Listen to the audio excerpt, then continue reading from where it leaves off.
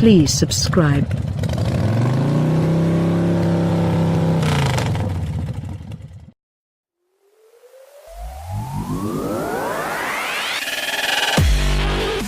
The iPod wasn't the first MP3 player, millennials weren't the first to point the camera back at the photographer, and the 2017 Kia Niro isn't the first crossover to package a gas-electric hybrid powertrain under the hood. But just as Apple spurred digital music to ubiquity and the social media generation wallpapered the internet with selfies, Kia's Niro is the fully realized execution that could elevate the hybrid crossover to widespread adoption. 12 years after Ford added electric assist to its Escape, and 5 years after the automaker killed that offering, the small, hybridized utility vehicle finally lives up to its potential with the Niro. Rated at up to 50 miles per gallon in the EPA's combined measure, the Niro makes the lofty fuel economy promises many buyers expect from hybrids. The starting price of $23,785 undercuts the prices of the 33-mile-per-gallon Nissan Rogue and the 32-mile-per-gallon Toyota RAV4 hybrids by several $1,000s. It even slips under that of the Green King, the Toyota Prius, by $575. And if driving a Prius makes the same fashion statement as donning a sweater vest over a turtleneck, the Niro wears like a pair of jeans and a Patagonia pullover, understated and trendy with a subtle air of eco-credibility. We drove both the base Niro Faye and the Top Dog Touring to better understand why the different trims carry different EPA fuel economy ratings. 1 vehicle, 3 fuel economy ratings.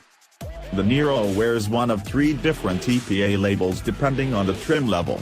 The Faye model, for fuel efficient, is the most frugal at 50 miles per gallon combined, while the Niro Touring registers 43 miles per gallon.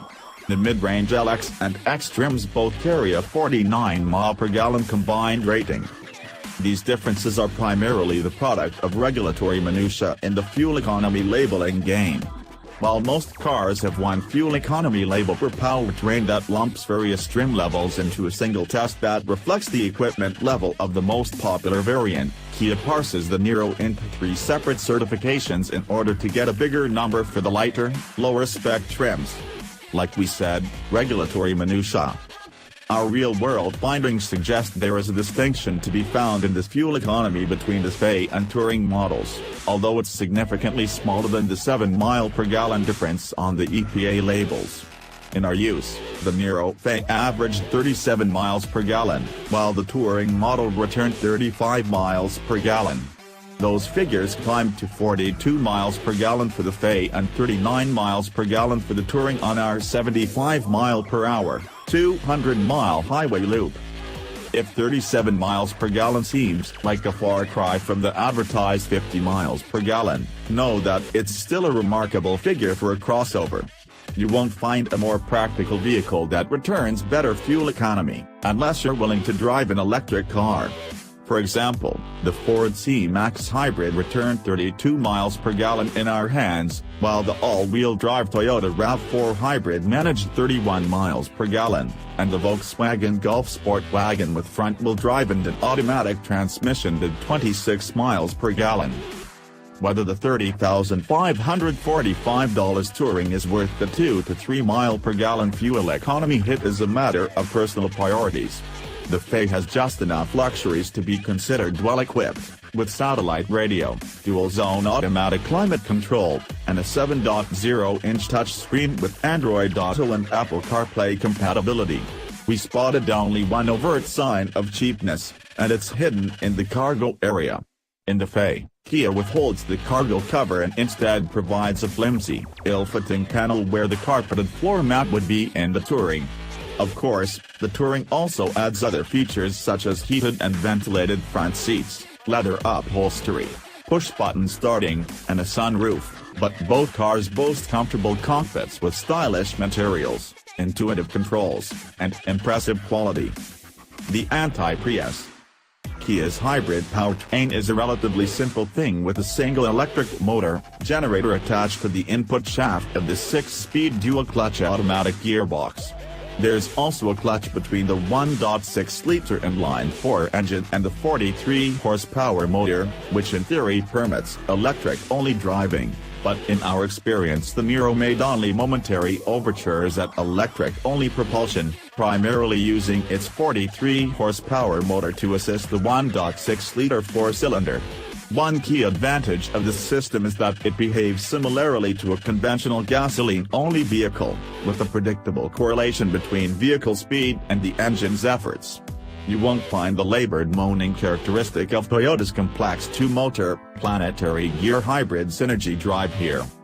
In our multiple encounters with various Niro test vehicles, though, we have repeatedly noticed some low-speed surges and pulses coming from the powertrain, presumably as the powertrain controller struggles to seamlessly blend engine and motor torque.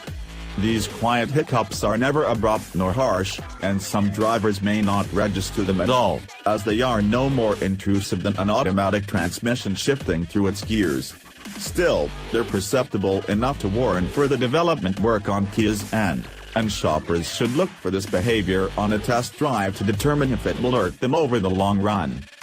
Otherwise, the Niro largely drives as you'd expect a hybrid to drive, trading responsiveness for efficiency. The transmission's default eco mode undermines the low-end tug of the electric motor by racing to upshift through the gears.